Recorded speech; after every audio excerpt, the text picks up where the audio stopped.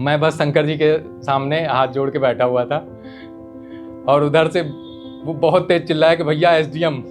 5 minute बाद तो मेरे इतने आंसू आ गए, मैं लगभग 10-15 मिनट तक मैं केवल रोता ही रहा। यूपी में मैं as a naval veteran first person हूँ जो एसडीएम बना है। माता भी कहाँ है, बहनें भी कहाँ है, भाई भी कहाँ है कि आप एक माँ हो के आपके घर में इतनी रोटी नहीं थी कि आप एक बेटा का इतनी दूर भेज दिए हो समुद्र की नौकरी में।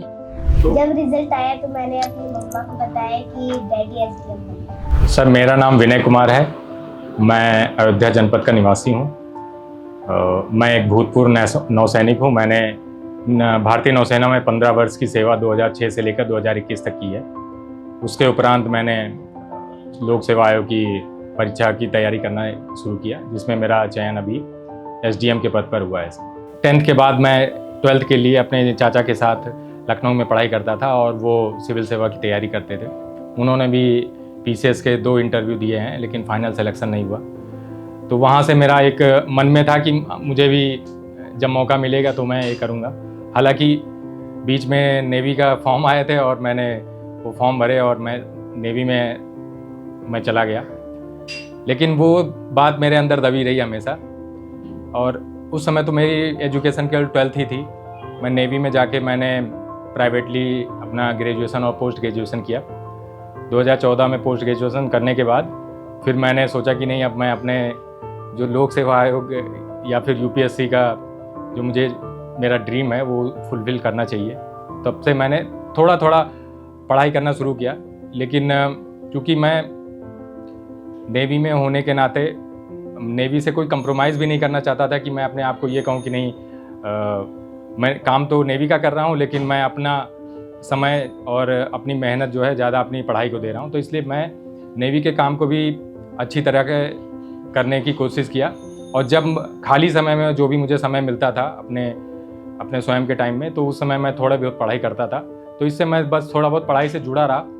उस बीच मैंने एक आध अटैम्प्ट यूपीएससी के भी दिए थे, लेकिन क्योंकि समय की बहुत कमी थी, इस वजह से मेरा प्री क्लियर नहीं हुआ और मैं सिलेबस भी नहीं कंप्लीट कर पाया था किसी भी बार। फिर 2016 में मेरी शादी हो गई, तो धीरे धीरे परिवार की भी जिम्मेदारियां बढ़ी। लेकिन और मेरी पत्नी भी मुझे ऐसी मिली कि वो भी इस चीज़ को लेके मुझे हमेशा मोटिवेशन करती थी कि तुम्हें यही करना है। तो जब मैं 2021 में नेवी से निकला तो फिर सोच लिया कि अब मुझे फुल फ्लेज लोक सेवा आयोग यूपीएससी की तैयारी करनी है। तो फिर मैंने तैयारी करना शुरू किया। ज़्यादातर सेल्फ स्टडी किया मैंने, क्योंकि ग्रेजुएशन और पीजी प्राइवेट करके मैं इतना समझ गया था कि मतलब कि जनरल टाइप के सब्जेक्ट हैं, कोई वैसे टेक्निकल सब्जेक्ट है नहीं। इकॉनमी हो गया, कुछ टेक्निकल थे, लेकिन थोड़ा सा पीसीएम मेरा बैकग्राउंड था 12th में, तो उतना समझ में आ जाता था। और 2024 में बाय लक मेरा प्री क्लियर हुआ और मेंस भी क्लियर हुआ और फाइनली इंटरव्यू में अच्छा प्रदर्शन करते हुए अभी मुझे 33वीं रैंक मिली है सर, जिसमें मुझे एसडीएम पद अलॉट हुआ है सर। आफ्टर रिटायरमेंट बहुत कम लोग होते हैं रिटायरमेंट के बाद तैयारी करते। Yes sir. ये कितना बड़ा चैलेंज है? ये बहुत बड़ा चैलेंज होता है सर, क्योंकि मुझे सर एक दंगल मूवी का एक गाने की जो एक लाइन है, वो उसकी लड़की जब पहली बार दंगल में जाती है तो वहाँ पे बहुत सारे लोग मजाक उड़ाते हैं। तो वो बोलते हैं कि दंगल लड़ने से पहले अपने डर से लड़ना पड़ता है, और उसमें मेरी बेटी जो है वो डर को जीत ली है।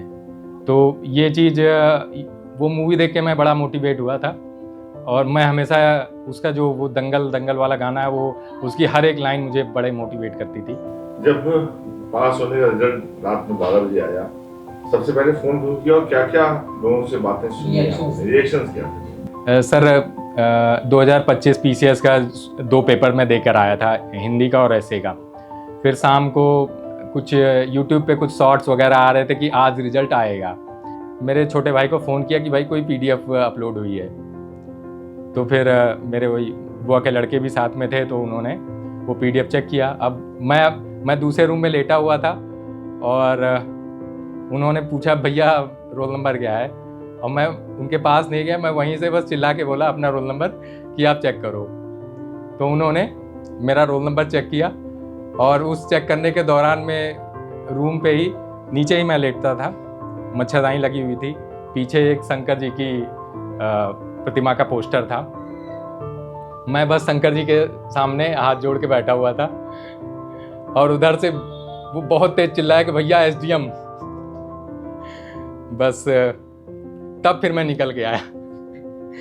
फिर जो है मतलब थोड़ी देर में तो बड़ा हल्ला गुल्ला रहा कि, और 5 मिनट बाद तो मेरे इतने आंसू आ गए, मैं लगभग 10-15 मिनट तक मैं केवल रोता ही रहा। और सब लोग वीडियो कॉल वगैरह कर रहे थे कि चुप हो जा, अब तो सब बढ़िया है। तुरंत ही पहले मैंने बोला कि मेरी वाइफ को फ़ोन करने के लिए, लेकिन उसका फ़ोन लग नहीं रहा था, तो पापा के फ़ोन पे वीडियो कॉल की गई। तो मेरी बेटी थी, मतलब कि अब मैं तो बोल नहीं पा रहा था, उधर से भाई लोगों ने बताया कि भैया को हो गया एसडीएम में। तो मेरी बेटी दौड़ के गई, बताई कि डैडी ऑफिसर बन गए हैं। तो सुबह 5 बजे मैं नहा धो के सबसे पहले मैं हनुमान जी को एक माला अर्पित किया। उसके बाद फिर मैं अपना कहा कि अब मैं घर जाता हूँ। तो इस तरह से घर पहुँचा मैं सर। यंग जनरेशन के लिए मैं यही कहना चाहूँगा सर कि आजकल डिस्ट्रैक्शन बहुत ज़्यादा है, और इस एग्ज़ाम के लिए सबसे ज़रूरी है कि फर्म होना अपने आप में। यदि आपका डिसीजन है, आपका खुद का डिसीजन होना चाहिए इसको डिसाइड करने के लिए कि भाई मुझे एक सिविल सर्वेंट बनना है। मैं समझता हूँ कि सभी लोग जो खुद पे भरोसा रखें कि नहीं भाई मेरे से हो जाएगा, और एक लगातार मेहनत करते रहें। तो जब मेरा प्री क्लियर हुआ सर, तो तब फिर मेरे अंदर बड़ी एनर्जी आ गई, भाई अब तो नहीं छोड़ना है। और मैंने 3 महीने लगभग एवरेज मेरा था 10 घंटे 11 घंटे का डेली का। मैंने हर महीने लगभग 300 प्लस घंटे पढ़ाई की। जब मेरा मेंस क्लियर हो गया था, तो क्योंकि इंटरव्यू के पीरियड और रिजल्ट के पीरियड के बीच में जो डेट आई थी मेरी 23 फरवरी की, बहुत कम टाइम था, मैं लखनऊ में ही था। तो जनरली ये होता है कि मॉक इंटरव्यू होना चाहिए कहीं ना कहीं, क्योंकि इससे पहले मेरा कोई इंटरव्यू का कोई एक्सपीरियंस भी नहीं था।